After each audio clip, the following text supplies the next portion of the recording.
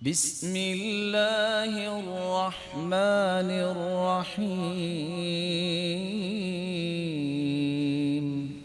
روزے دار کی دعا کو تو مالک الملک رد ہی نہیں کرتے، اور خصوصاً افطاری کے وقت کی ہوئی دعا تو مالک الملک قبول فرماتے ہیں۔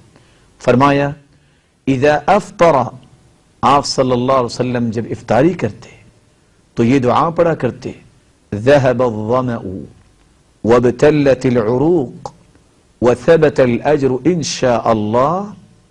ذهب الظمأ وابتلت العروق، پیاس ختم ہو گئی اور انسان میں تازگی آ گئی، وثبت الأجر إن شاء الله، اور اللہ کی رحمت سے اجر بھی ثابت ہو گیا۔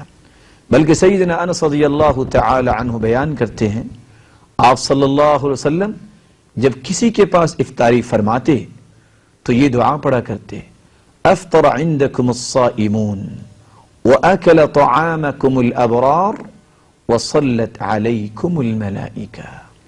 تمہارے پاس روزے داروں نے افطاری کی ہے اور نیک لوگوں نے کھانا کھایا ہے، اللہ مالک الملک کے فرشتے تمہارے لیے بخشش کی دعائیں کریں۔